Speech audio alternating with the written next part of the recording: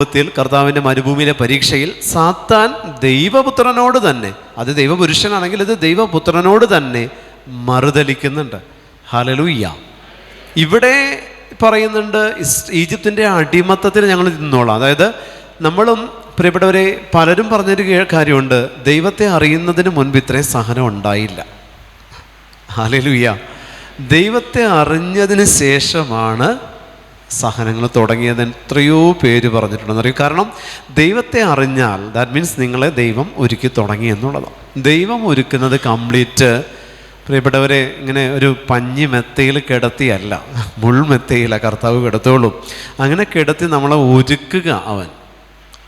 നമ്മൾക്ക് ചേരാത്തതിനെ ചേർക്കും, നമുക്ക് പറ്റാത്ത ഭാരം എടുത്ത് തോളിൽ വെക്കും, എന്നിട്ട് ചുമക്കുമ്പോൾ അത് ചുമക്കാൻ അവനിങ്ങനെ പിടിച്ച് തരും. ഹല്ലേലൂയ. പ്രിയമുള്ളവർ, ജീവിതത്തിൻ്റെ കുരിശും ചുമന്നുകൊണ്ട് നമ്മൾ ഗാഗുൽത്താ മല എന്ന് പറയുന്ന നിത്യജീവിതത്തിലേക്കുള്ള യാത്രയിൽ അവിടെ കിരേനക്കാരനായ ഈ ജോസഫിൻ്റെ സ്ഥാനത്ത് ഈശോ തന്നെ നമുക്ക് വേണ്ടി ചാർജ് എടുക്കും. ഹല്ലേലൂയ. ഇവിടെ ജോസഫ് യേശുവിന് വേണ്ടി സഹായിക്കാൻ വന്നിട്ടുണ്ടോ? നിൻ്റെ ആത്മീയ ജീവിതത്തിൽ ക്രിസ്തു ജോസഫായിട്ട് മാറ്റപ്പെടും. കുരിശ് താങ്ങാൻ, വ്യക്തി ജീവിതത്തിലെ കുരിശ് താങ്ങാൻ. പ്രാർത്ഥിക്കുന്നവരെ സംബന്ധിച്ചുള്ള ഏറ്റവും വലിയ അനുഗ്രഹം എന്താണെന്നറിയോ? ഒരു കുരിശ് ചുമന്ന് തീർന്നതിന് ശേഷമേ അടുത്ത കുരിശ് തരുള്ളൂ. ഹല്ലേലൂയ, ഹല്ലേലൂയ. പക്ഷെ കുരിശ് എന്നും ഉണ്ടാവും. കുരിശ് എന്നും ഉണ്ടാകും. നമ്മൾ ഒന്ന് ആശ്വസിച്ച് നീട്ടി ഒരു ശ്വാസം വിടാൻ തുടങ്ങുമ്പോൾ അടുത്തത് റെഡി ആയിരിക്കും. പ്രാർത്ഥനയുടെ പ്രത്യേകത അതാണ്. പ്രാർത്ഥനകളുടെ പ്രത്യേകത അതാണ്. ഒന്ന് നീട്ടിപ്പിടിച്ചൊരു ശ്വാസം വിടാൻ നിങ്ങൾ ശ്രമിക്കരുത്. എപ്പോഴും നിങ്ങൾ എന്തെങ്കിലും കാര്യങ്ങളിൽ എൻഗേജ്ഡ് ആയിരിക്കുക.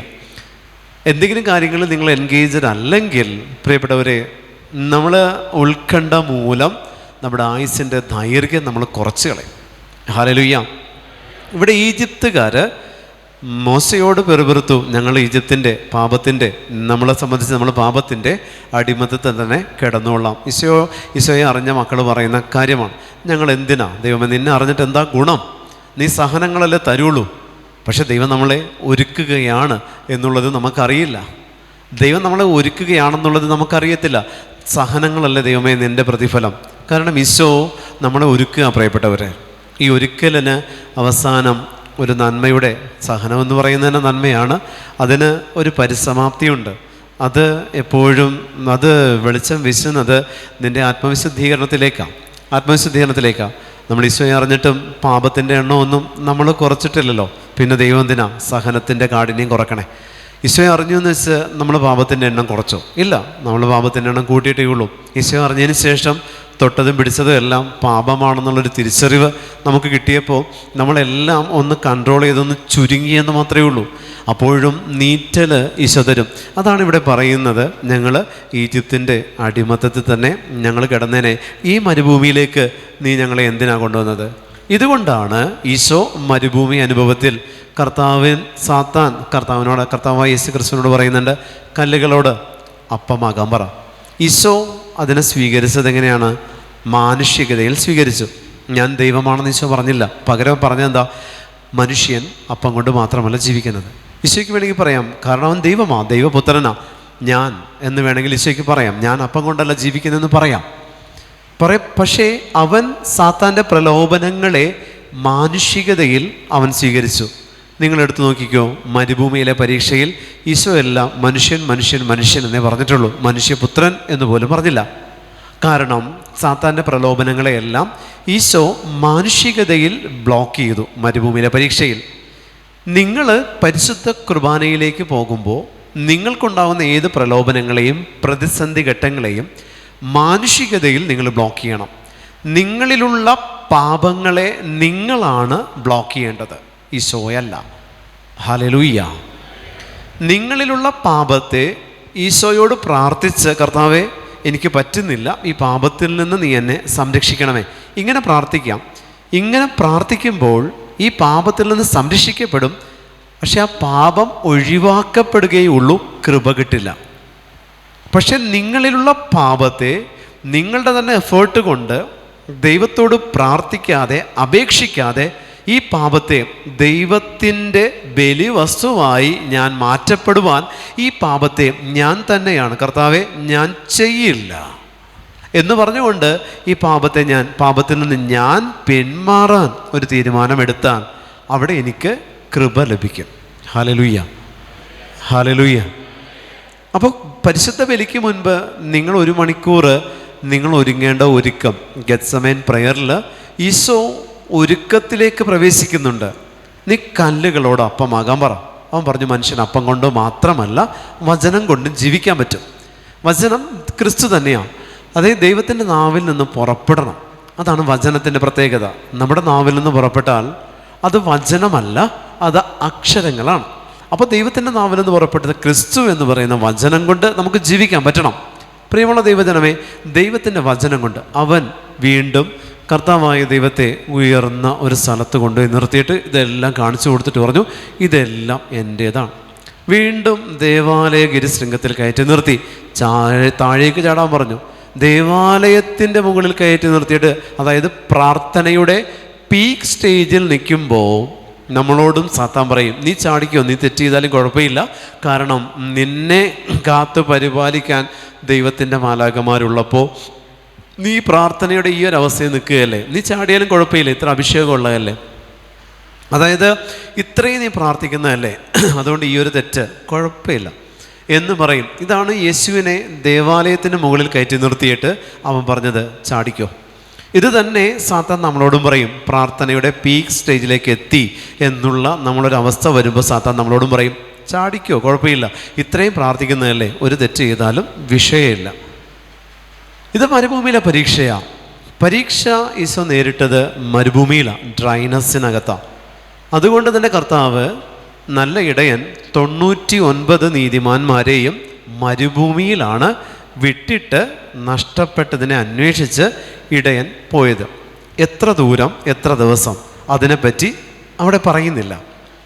ക്രിസ്തു നമ്മളോട് കൂടെ ഇല്ലാത്ത അവസ്ഥ, ഡ്രൈനസ്, നിങ്ങൾ ചിന്തിച്ചോ, ഈ ഡ്രൈനസ് നമുക്ക് കിട്ടുന്നുണ്ടോ? നമ്മുടെ കുടുംബത്തിൽ നിന്ന് നഷ്ടപ്പെട്ട ഒന്നിൻ്റെ പുറകെ കർത്താവ് പോയിട്ടുണ്ട്. നമ്മുടെ കുടുംബത്തിലുള്ള ഏതോ ഒരു അവസ്ഥയ്ക്ക് പുറകെ തമ്പുരാൻ യാത്രയായിട്ടുണ്ട്. ഡ്രൈനസ്സാണ്. പ്രിയപ്പെട്ട ദൈവജനമേ, ഇവിടെ മോശയോട് ഇവർ വെറുതെറുത്തു. ഈജിപ്തിലെ ശവക്കുഴികളില്ലാഞ്ഞിട്ടാണോ? ഉണ്ട്. അപ്പോൾ പിന്നെ നീ എന്തിനാ ഞങ്ങളെ ഇങ്ങോട്ട് കൊണ്ടുവന്നേ? എന്താ നിൻ്റെ ഉദ്ദേശം? കൊല്ലാൻ കൊണ്ടുവന്നാണോ? കാരണം ഫറവോയുടെ സൈന്യം, ഇത്രയും പേരെ കൊന്നു തള്ളാനുള്ള ഫറവോയുടെ സൈന്യവും ഇത്രയും പേരെ ഉൾക്കൊള്ളാനുള്ള ചെങ്കടലും ഉണ്ട്. നമ്മൾ ചിന്തിക്കും, നമ്മുടെ സഹനങ്ങൾ കാണുമ്പോൾ നമ്മൾ ചിന്തിക്കുന്ന ഒരു കാര്യമുണ്ട്, എല്ലാം തീർന്നു എന്ന് ചിന്തിക്കുന്നിടത്താണ് ദൈവം തുടങ്ങുന്നത്. Hallelujah, hallelujah. എല്ലാ വഴിയും അടഞ്ഞു എന്ന് തോന്നുന്നിടത്ത് കർത്താവ് വഴി തുറക്കും. ഹല്ലേലൂയ, ഹല്ലേലൂയ, ഹല്ലേലൂയ, ഹല്ലേലൂയ. എല്ലാം തീർന്നു. പ്രിയപ്പെട്ടവരെ, മാനുഷികതയിൽ എല്ലാം തീരണം, അതാണ് വിശ്വാസം. മാനുഷികതയിലെല്ലാം തീരുമ്പോൾ ദൈവികതയിൽ ദൈവം പണി തുടങ്ങുന്ന സമയമാണ്. അതുവരെ കർത്താവ് ഇങ്ങനെ നമ്മുടെ മുന്നിൽ തന്നെ ഇങ്ങനെ നമ്മളെ വട്ടം ചുറ്റി നമ്മളുടെ ഓരോ ഫേസ് എക്സ്പ്രഷനും സങ്കടങ്ങളും ഒക്കെ നോക്കി ഈശോ ഇങ്ങനെ ഇരിക്കും. നമ്മുടെ മുന്നിൽ അവനിരിപ്പുണ്ട്. നമ്മൾ ഭാരപ്പെട്ട് ആകുലപ്പെട്ട് ഇപ്പം ചാകും എന്ന് പറഞ്ഞിരിക്കുമ്പോഴും ഈശോ വലത്തുവശത്തിരുന്ന് നിൻ്റെ മുഖത്ത് നോക്കിയിരിക്കുന്നുണ്ട്. കാരണം ഇവനെന്ത് മണ്ടത്തരം, ഞാൻ ഇത്ര അടുത്തുള്ളത് ഇവൻ അറിയുന്നില്ലേ എന്നുള്ള മനോഭാവത്തോടുകൂടെ നമ്മുടെ പല സങ്കടങ്ങളിലും ഈശോ ഇരിക്കുന്നുണ്ട്. പ്രിയമുള്ളവരെ, ദൈവത്തെ നിങ്ങൾ തിരിച്ചറിഞ്ഞിട്ടുണ്ടെങ്കിൽ, ദൈവാനുഭവം ലഭിച്ചിട്ടുണ്ടെങ്കിൽ നിങ്ങളുടെ സങ്കടങ്ങളൊന്നും നിങ്ങളെ നിരാശയിലേക്ക് നയിക്കില്ല. അതാണ് പ്രത്യാശ എന്ന് പറയുന്ന ക്രിസ്തു. ദൈവത്തെ അറിയുക എന്ന് പറഞ്ഞാൽ പ്രത്യാശയാണ്. ഏത് വലിയ സഹനം വന്നാലും എനിക്ക് വിഷയമല്ല എന്ന് പറയുന്നത്, ക്രിസ്തുവിൽ ഞാനിതിനെ നേരിടും എന്ന് പറയുന്നതാണ് പ്രത്യാശ. ഹല്ലേലൂയ, ഹല്ലേലൂയ, ഹല്ലേലൂയ, ഹല്ലേലൂയ. മോശ ജനത്തോട് പറഞ്ഞു, നിങ്ങൾ ഭയപ്പെടാതെ ഉറച്ചു നിൽക്കുവിൻ, നിങ്ങൾക്ക് വേണ്ടി ഇന്ന് കർത്താവ് ചെയ്യാൻ പോകുന്ന രക്ഷാകര കൃത്യം നിങ്ങൾ കാണും. ആമേൻ, ഹല്ലേലൂയ, ഹല്ലേലൂയ.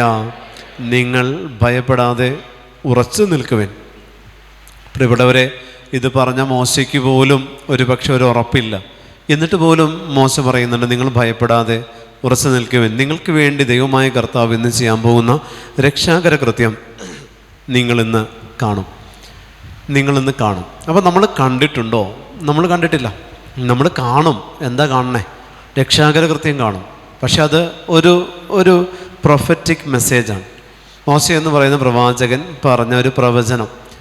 ആ പ്രവചന സ്വരം, ആ ഒരു ദൂത് ഈ ഇസ്രായേൽ ജനത്തിന് കൊടുത്തു. മോശയുടെ സ്വരം ഇത്ര ലക്ഷത്തോളം വരുന്ന ഇസ്രായേൽ ജനത്തിനടുത്തേക്ക് എത്തണം.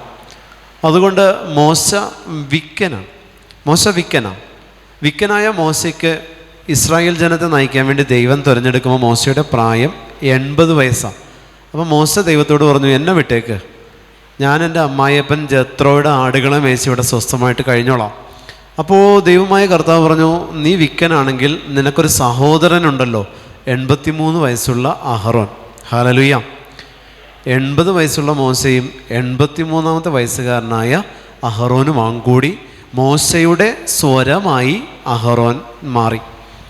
നിങ്ങൾ പരിശുദ്ധ കുർബാനയ്ക്ക് പോകുമ്പോൾ നിങ്ങൾ വിക്കൻ, നിങ്ങൾ പാപി, ഞാൻ പാപിയാണ്, ഞാൻ അയോഗ്യനാണ് എന്ന് പറയുന്നിടത്ത് ദൈവം നമുക്ക് തന്ന ഒരു സ്വരം, ഒരു അഹറോൻ നമ്മളോട് കൂടെയുണ്ട്. നമ്മുടെ പേരിന് കാരണക്കാരിയായ വിശുദ്ധൻ. ഹല്ലേലൂയ, ഹല്ലേലൂയ, ഹല്ലേലൂയ, ഹല്ലേലൂയ. ഒരു വിശുദ്ധൻ്റെ പേരാണ് നിൻ്റെ മാമോദിസ പേരെങ്കിൽ ആ വിശുദ്ധനോട് നീ മാധ്യസ്ഥം വിളിക്കണം.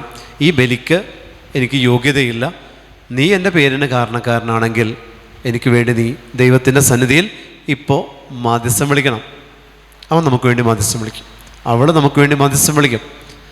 അപ്പം നിങ്ങളുടെ പേരിൽ ഇപ്പം മേരി എന്നുള്ള പേരാണെങ്കിൽ മരിയ ഗൊരേത്തി തുടങ്ങി ഇങ്ങോട്ട് മേരി മഗ്ദലന മുതൽ ഇങ്ങോട്ട് എത്രയോ മേരിമാരുണ്ട് ഈ മേരി എന്നുള്ള പേരിൽ.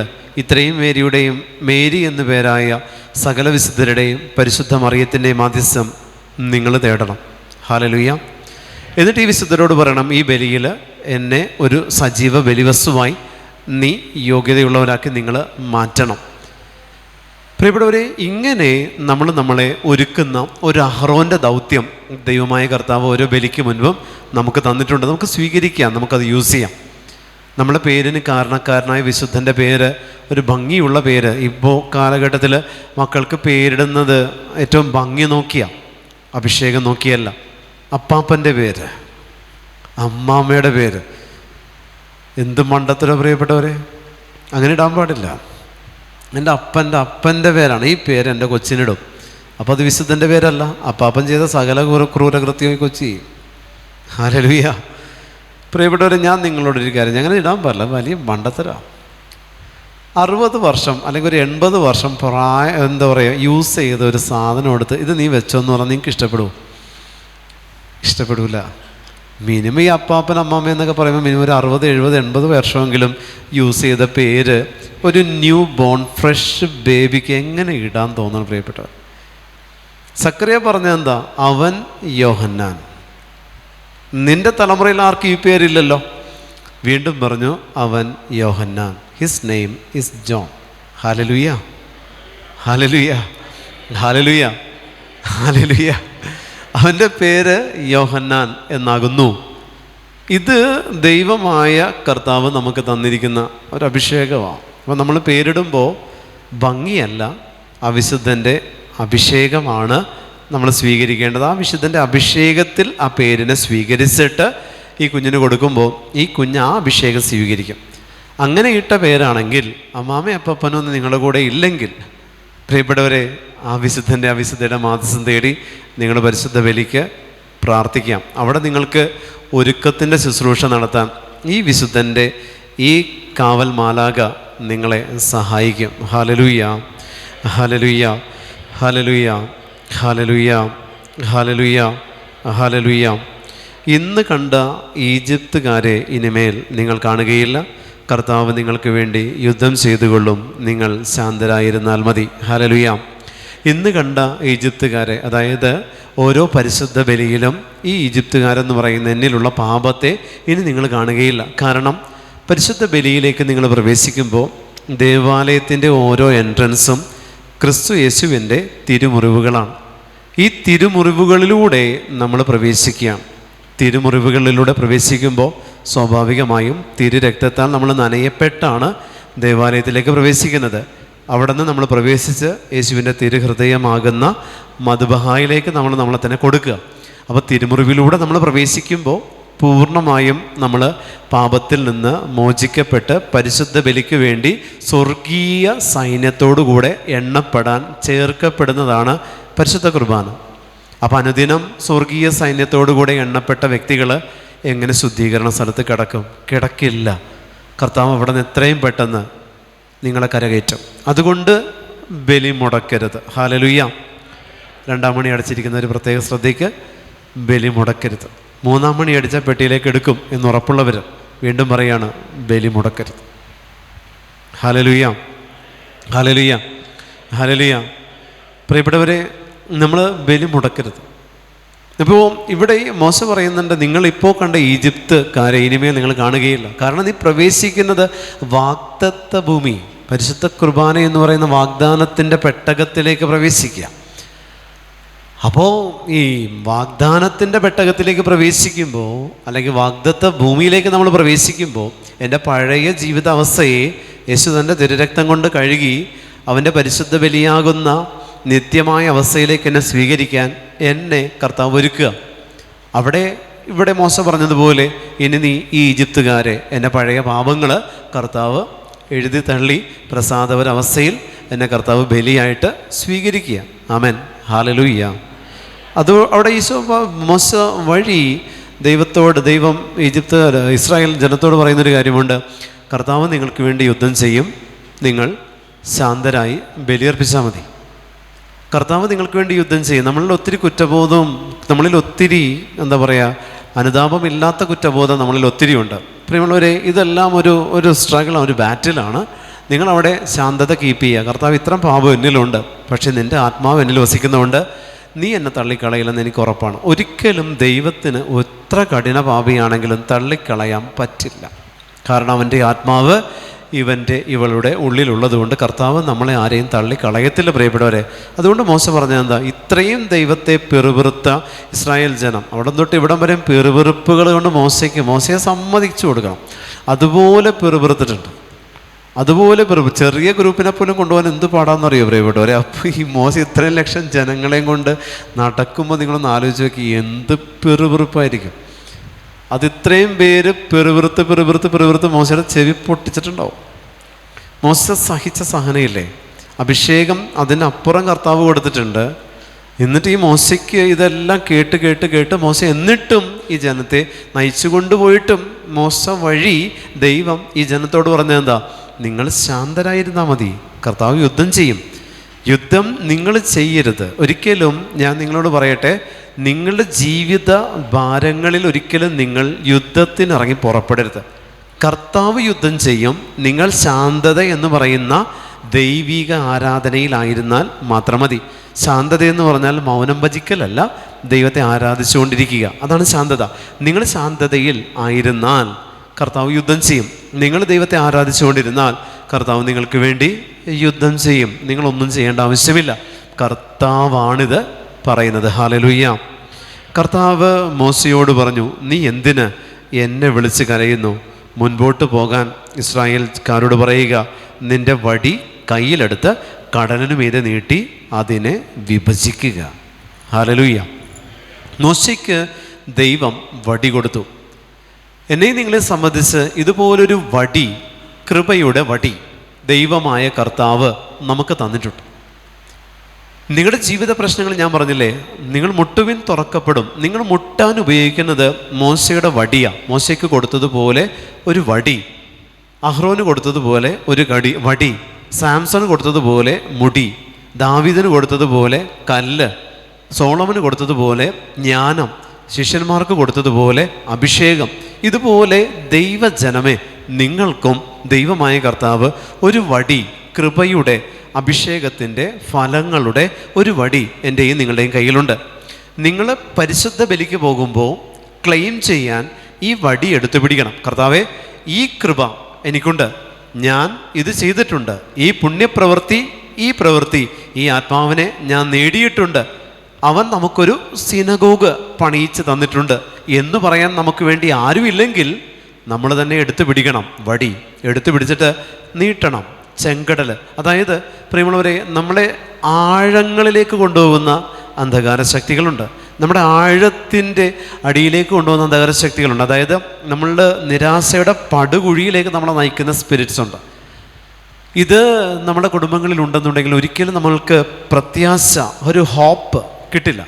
എന്ത് വന്നാലും മരിക്കാം, ഈ ഒരൊറ്റ ചിന്തയേ ഉണ്ടാവുള്ളൂ. തീർത്ത് കളയാം, അവസാനിപ്പിക്കാം, ഈ ഒരൊറ്റ ചിന്ത മാത്രമേ ഉണ്ടാകത്തുള്ളൂ.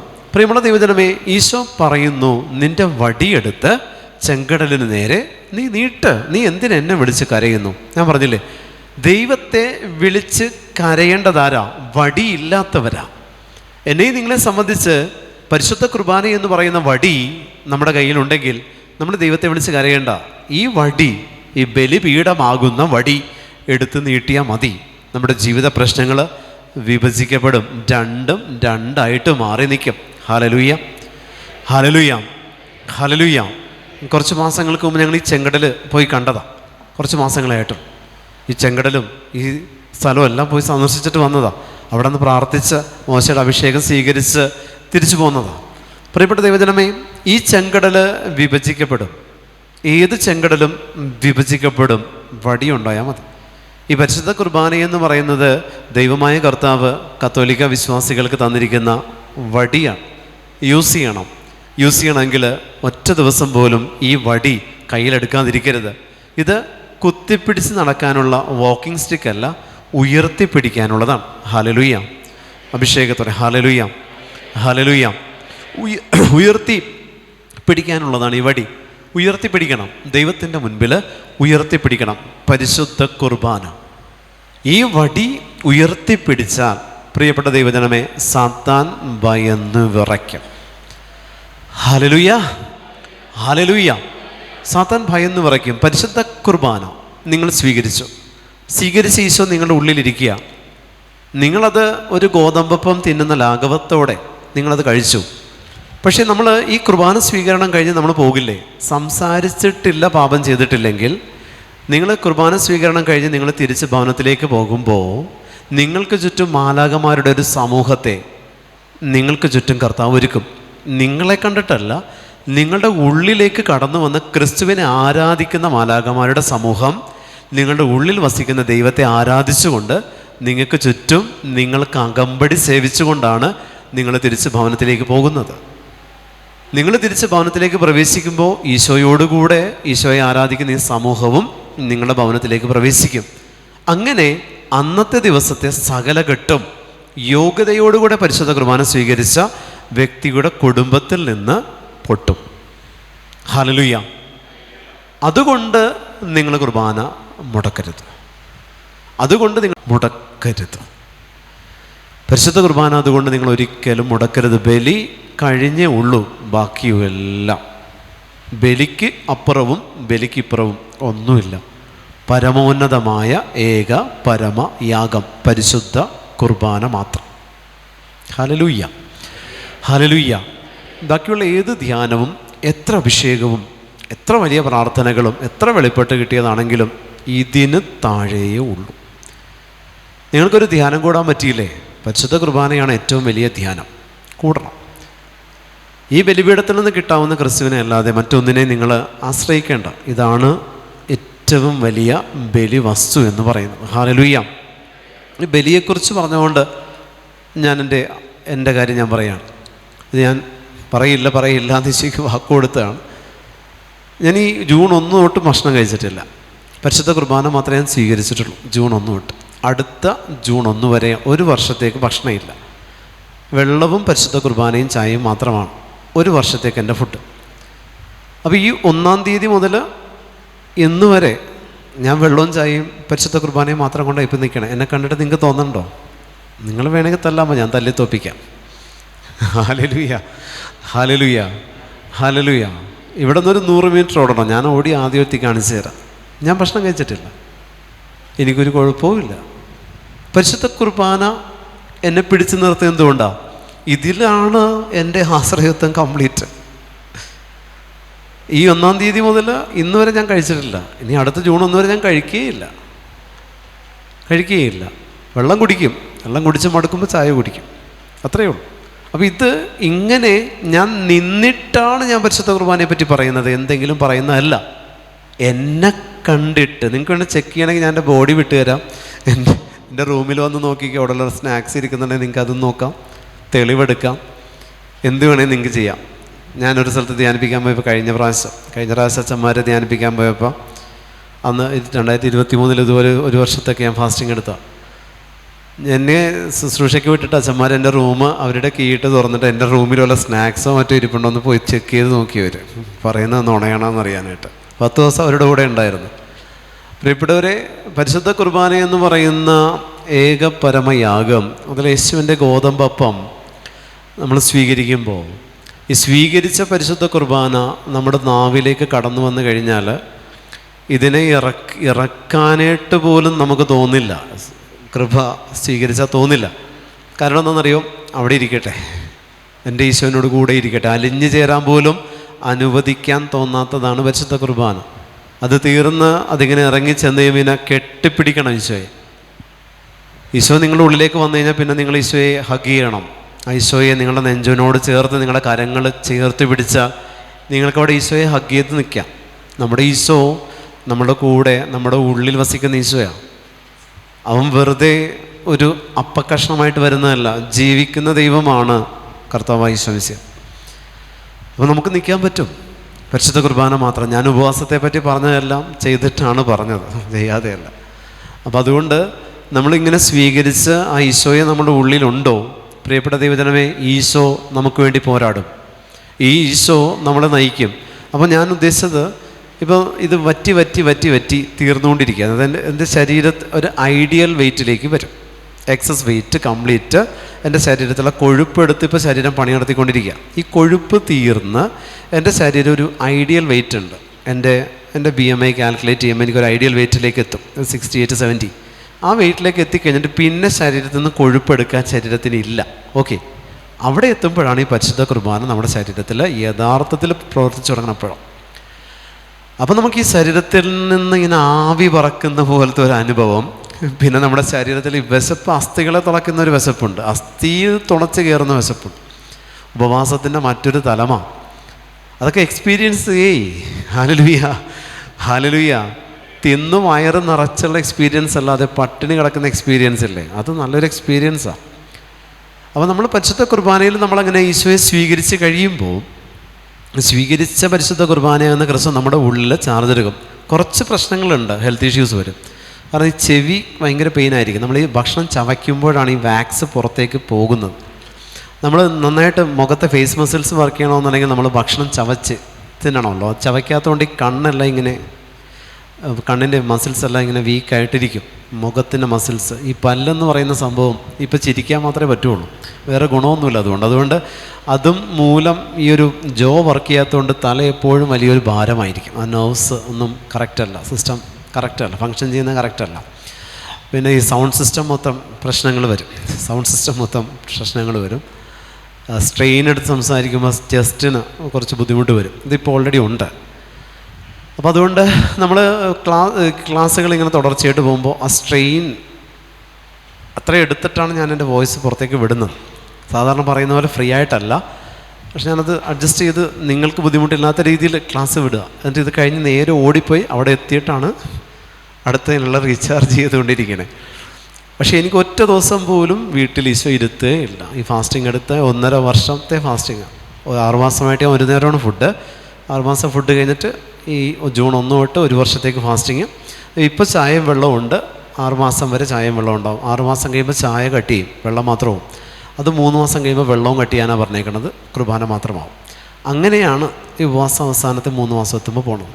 അപ്പോൾ അങ്ങനെ ഈശോയെ മാത്രം സ്വീകരിക്കുമ്പോൾ നമ്മുടെ ഫിസിക്കൽ സ്പിരിച്വൽ ബോഡി കംപ്ലീറ്റ്ലി ഈശോയായിട്ട് മാറ്റപ്പെടണം.